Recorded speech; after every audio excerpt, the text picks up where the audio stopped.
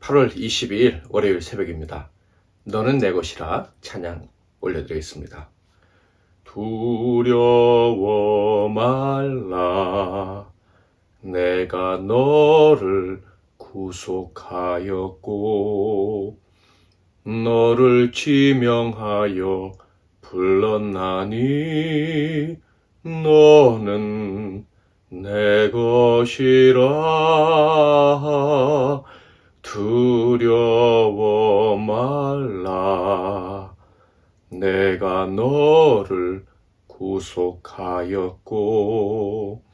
너를 지명하여 불렀나니 너는 내 것이라 내가 물 가운데로 지날 때 내가 함께하리라 내가 불 가운데로 행할 때 너를 보호하리니 두려워 말라 내가 너를 구속하였고 너를 지명하여 불렀나니 너는 내 것이라.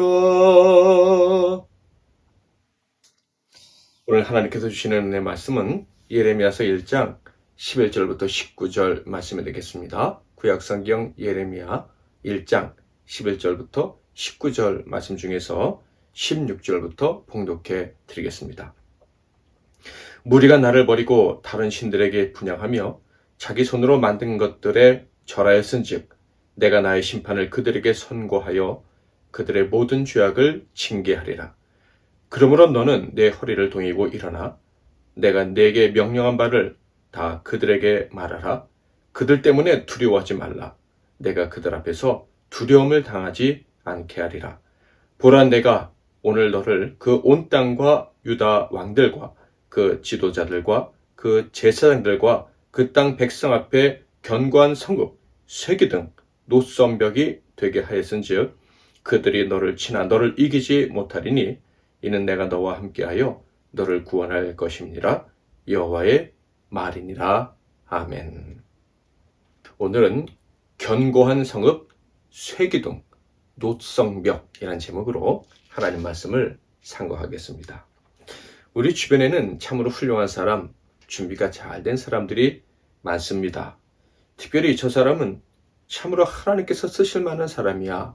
참 준비가 잘 됐잖아. 라고 이렇게 말하고 싶은 사람들도 많습니다. 그래서 우리도 모르는 사이에 이런 착각을 하게 됩니다. 나도 하나님께 쓰임받기 위해서 잘 준비되어야지. 이런 생각을 하고 있는 성도님들에게 질문을 해보고 싶어요. 하나님께 쓰임받고 싶은 마음, 그래서 준비를 열심히 하려는 마음은요, 분명 존중받아 마땅한 마음입니다. 그럼에도 불구하고 쓰임받기 원해서 잘 준비하면 정말 쓰임받을 수 있을까? 만약 그렇다면 성경에 도대체 누가 잘 준비해서 쓰임을 받은 사람인가? 질문을 하게 됩니다. 제가 알기로 이런 저의 질문에 의기양양하게 대답할 수 있는 분들은, 하려고 하는 분들은 많다고 생각합니다. 실제로 그런 분들의 대답을 저는 많이 들었어요. 그러니까 제가 한 질문이 어리석다는 것을 쉽게 증명할 수 있다고 자신있게 말하는 사람들이 많이 있다는 거예요. 자, 그렇다면 그분들은 내 질문이 잘못됐다는 것을 어떤 방식으로 증명을 할까요? 바로 그들의 주장에 많이 등장하는 사람들을 가지고 증명을 하겠죠. 예를 들자면 요셉, 모세, 사도 바울 같은 사람들이에요. 이 사람들은 준비를 잘했기 때문에 하나님께 쓰임받았다. 이렇게 그분들은 주장을 합니다. 그런데요, 정직하게 성경을 보면 준비되어서 쓰임받았다라고 여겨질 수 있는 사람보다는 준비되지 않았는데도 부르심을 받고 쓰임받았다라는 사람이 훨씬 많다는 것을 발견하게 됩니다.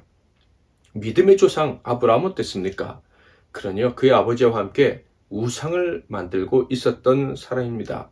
그러니까 준비되어야 한다는 사실조차 몰랐던 사람이라는 것이죠. 야곱은 또 어땠습니까? 자신의 이익을 위해서라면 형과 아버지까지도 속일 수 있다고 생각하는 사람인데 그때 부르심을 받았습니다. 요셉이 부르심을 받았던 때는 언제입니까? 그가 처음 사명을 받았을 때는 형들의 마음을 헤아리지도 못해서 그 형들을 늘 속상하게 만들던 철없던 때였습니다. 모세는요, 사실 태어나자마자 부르심을 받았어요. 40살 때에도 어리석은 행동을 해서 광야로 쫓겨갔는데 그때에도 태어나자마자 하나님께서 부르신 그 부르심은 취소되지 않았죠. 이사야는 뭐라고 말합니다.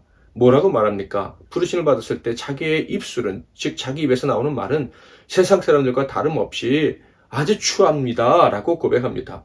그런데 이런 형편없을 때 왜 나를 불러주십니까? 이렇게 말을 했었죠. 그러니까 따져보면 자격이 없을 때 부르심을 받은 사람이 훨씬 많고요.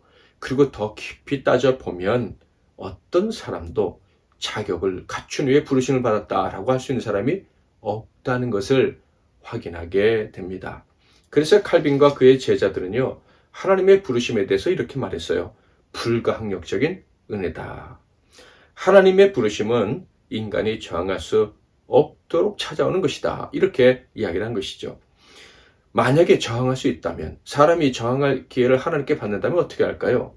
모든 사람은요, 자신에게 자격이 없다는 사실 때문에 다 하나님의 부르심에, 하나님이 주신 소명에 손살을 치면서 나는 할 수 없습니다. 이렇게 말할 거예요. 모든 사람이 자격이 없기 때문에 하나님은요, 불가항력적으로 불러주시는 거예요. 사람이 거부할 수 없도록 자기의 자격 때문에 못합니다 라고 말할 수 없도록 불러주신다라는 거예요. 그래서 하나님이 불러주실 때 모든 사람은 자격이 없기 때문에 거부하려 들지만 하나님은 불가항력적으로 거부하지 못하도록 부르셨고, 그래서 하나님이 그가 완수하도록 책임을 져주시는 거예요. 자격 없는데 불러주실 때는 걱정하지 마. 네가 자격 없어도 할 수 있어. 하는 마음으로 불러주시는 거 아닙니까? 그래서 결국 자격 없는 사람이 부르심을 받게 되면 그 자격 없던 자가 놀라운 하나님의 은혜로 하나님이 주신 사명을 감당하게 되는 거예요.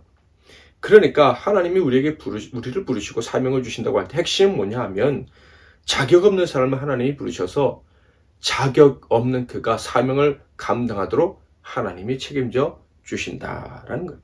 그래서 하나님이 불러주신 그 사람이 주님 주신 사명을 다 감당하고 난 다음에 뭐라고 말합니까? 내가 준비를 잘했더니 이렇게 하나님이 주신 사명을 감당할 수 있게 되었습니다 라고 말하는 것이 아니라 나는 아무 공로가 없습니다. 내가 자랑할 것이 아무것도 없습니다. 나는 그저 종으로 하나님이 시키신 일만 했을 뿐이고 하나님의 일에 쓰임받았을 뿐입니다 라고 이야기를 하는 거예요. 이렇게 인간은 결코 이해할 수 없는 놀라운 부르심을 통해서 하나님의 자녀가 되고 사명자가 되는데 예레미야 역시도 이렇게 부르심을 받게 됩니다. 하나님께서는 예레미야 역시 스스로 자격 없다고 고백할 때 그를 부르시고 사명을 주셨죠. 그는 남들처럼 가르칠 만한 지식과 경륜과 나이가 준비되지 못했습니다. 세상 사람들이 너는 지혜가 있으니까 우리를 가르쳐라 라고 할 만큼 이런 성과를 사람들에게 보여준 인물도 아니에요. 그냥 그저 어리고 부족한 사람에 불과했습니다. 그렇지만 하나님께서 이런 사람을 부르시는 것은요, 하나님의 입장에서는 결코 생소한 일이 아니었습니다. 무리하게 결정하신 것도 아니었다.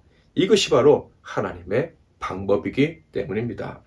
특히 예레미야가 받은 소명을 생각해 보면 이렇게 부르신 것은 하나님의 뜻에 오히려 더 잘 부합된다라는 생각을 하게 됩니다. 왜 그렇습니까?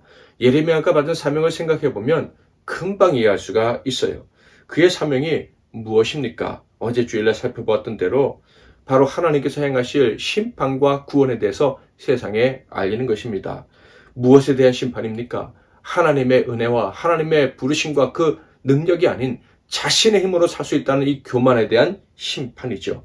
하나님 없이도 우리 스스로 잘할 수 있다는, 우리가 준비만 잘하면 성공할 수 있다는 이 교만한 마음에 대한 심판입니다. 그리고 그 교만한 자가 심판을 받고 이제 내 능력이 아닌 하나님의 능력으로 살겠습니다 라는 겸손한 마음으로 변화되는 것. 그래서 그 겸손한 마음과 하나님 나라에 들어가는 자가 되는 구원. 이것이 바로 예레미야가 선포하는 내용이었죠. 그러므로 예레미야가 어리고 자랑할 것이 없다는 것은 이 하나님이 행하실 심판과 구원을 선포하는데 정말 중요한 조건이었다. 그러니까 자격이 없다는 것이 하나님의 일을 감당하는 데는 꼭 필요한 자격이다. 이렇게 말할 수가 있겠죠. 사도 바울 역시 이 진리를 온전히 깨닫고 있었습니다. 그는 자격이 없을 때 하나님이 불러주시고 사명을 맡겨주셨다는 사실에 평생 감사하며 살던 사람이었어요. 그래서 이렇게 고백을 했던 거예요. 고린도전서 1장 27절에서 29절. 그러나 하나님께서 세상에 미련한 것들을 택하사 지혜 있는 자들을 부끄럽게 하려 하시고 세상에 약한 것들을 택하사 강한 것들을 부끄럽게 하려 하시며 하나님께서 세상에 천한 것들과 멸시받는 것들과 없는 것들을 택하사 있는 것들을 폐하려 하시나니 이는 아무 육체도 하나님 앞에서 자랑하지 못하게 하려 하심이라. 아멘. 그러니까 하나님의 부르심을 받고 사명을 받은 사람들은요, 자격도 능력도 없는데 하나님이 불러주셨으니 책임져 주신다라는 사실을 믿는 사람들인 거예요. 그러니까 하나님께서는요, 자격 없는 자를 부르시고 믿음도 선물로 주시는 거예요. 내 능력이나 지혜가 아니라 하나님이 함께 하시니 내게 주신 사명이 완수가 될 것이다 라는 믿음도 선물로 받고 그것 때문에 끝까지 사명을 완수하게 된다라는 거예요. 11절부터 19절 말씀은 바로 이런 내용이죠. 하나님께서 예레미야를 부르셨으니 이제 내가 너를 책임져 주겠다. 그렇게 말씀하심으로 예레미야에게 확신을 주시는 그 과정, 그것이 11절부터 19절에 담겨있는 내용입니다. 내가 너를 불러서 사명을 맡았으니 내가 책임져 줄 거야. 그러니 너는 염려하지 말고 순종해라. 11절부터 12절을 읽어볼까요? 여호와의 말씀이 또 내게 임하니라. 이르시되 예레미야야 내가 무엇을 보느냐 하시매 내가 대답하되 내가 살구나무 가지를 보나이다. 여호와께서 내게 이르시되 내가 잘 보았도다. 이는 내가 내 말을 지켜 그대로 이루려 함이라 하시니라.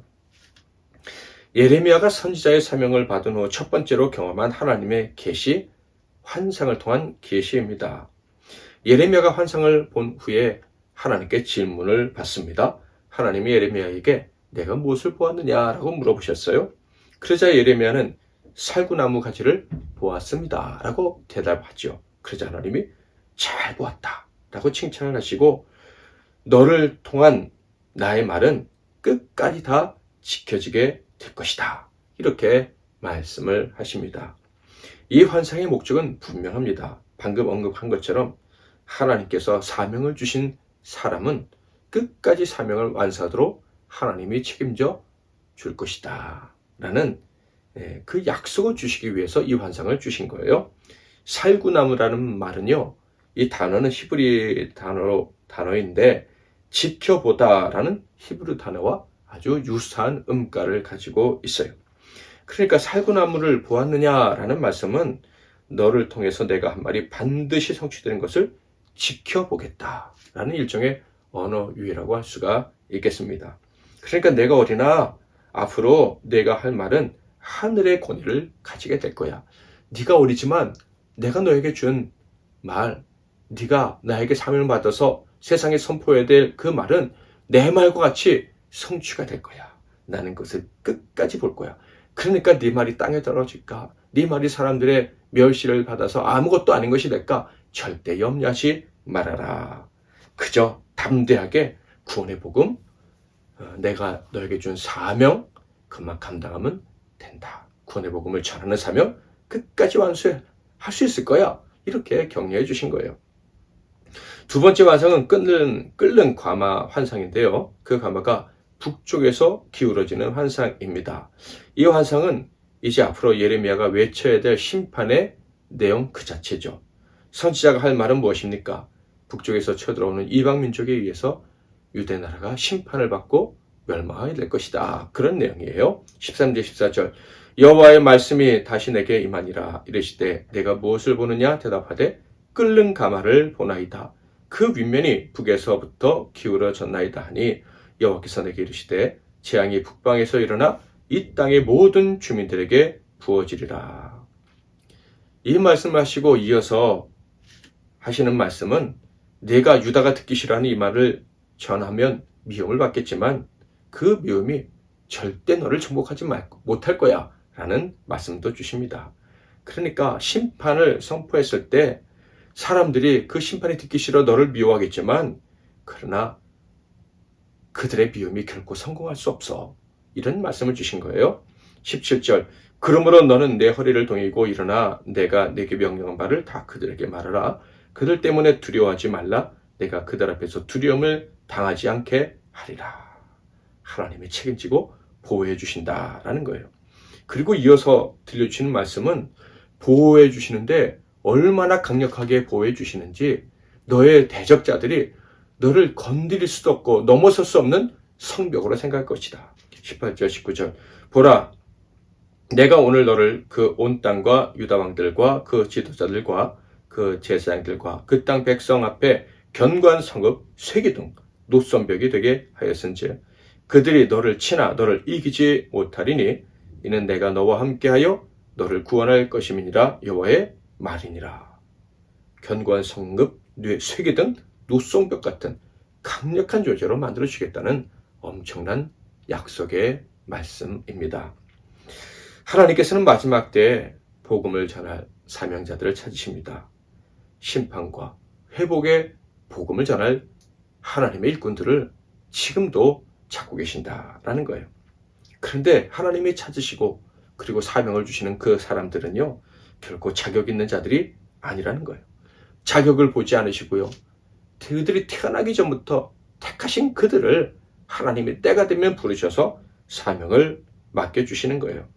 그러므로 사명을 받은 자들이 사명을 감당하게 될 때 자랑할 것은 없어요. 학식, 경력, 경험, 세상의 영향력, 나이, 내가 준비한 모든 과정들 결코 자랑할 것이 없다. 자랑할 것이 있다면 오직 믿음뿐이죠. 하나님이 나를 부르시고 사명을 주셨다는 믿음. 사명을 주셨으니 하나님이 책임지고 끝까지 사명을 완수하도록 도와주실 것이라는 믿음. 그 하나님이 나를 도와주심으로 어떠한 방해에도 무너지지 않을 것이라는 믿음. 적들이 절망할 때까지 야 견고한 성읍이야 쇠기둥이야 노성벽 같은 존재야 라고 생각하며 두 손 두 발 다 들 때까지 하나님이 책임지고 도와주실 것이라는 사실을 자랑하는 믿음. 그것만 있으면 되는 거예요. 사랑하는 성도 여러분, 저와 여러분은요 예레미야 선지자처럼 그리고 예수님의 제자들처럼 부르심을 받은 사람들입니다. 세상의 심판과 회복을 알리기 위해 불가항력적인 부르심과 사명을 하나님께로부터 받은 사람들입니다. 그 사명을 완수하도록 끝까지 하나님께서 도와주실 것이라는 언약도 받은 사람들입니다. 이 엄청난 사실을, 이 귀한 사명을, 이 놀라운 보장을 받았다는 사실을 믿을 수 있으시겠습니까? 이 사실을 믿고 사명자로 살아가시겠습니까? 일꾼이 없다고 한탄하시는 그 하나님께 정말 그렇게 믿음으로 사명 감당한 자가 있다는 것을 보여드리는 저와 여러분이 되지 않으시겠습니까? 말씀 붙잡고 기도하시고 승리하시는 하루 되시기를 바랍니다. 하나님 아버지, 우리는 참으로 연약하고 사명을 감당하기에는 턱없이 준비가 안 된 사람이라는 생각을 할 때가 많이 있었는데 결코 그렇지 않다는 것을 오늘 말씀을 통해서 가르쳐 주시니 감사합니다. 그저 부르심에 감사하고 주신 사명을 기뻐하고 감당하려 작정하기만 한다면 하나님께서 그 사명을 완수하도록 도와주실 줄 믿는 믿음으로 살아가는 우리가 되게 하시고 그런 믿음을 하나님이 기뻐하신다는 그런 확신을 가지고 남은 인생 살아가는 우리 모두가 되게 하옵소서. 오늘도 때를 얻든지 못 얻든지 하나님의 심판과 구원에 대해 세상에 알리는 사명자의 삶을 살 수 있도록 우리를 도와주시옵소서. 예수 그리스도의 이름으로 기도하옵나이다. 아멘.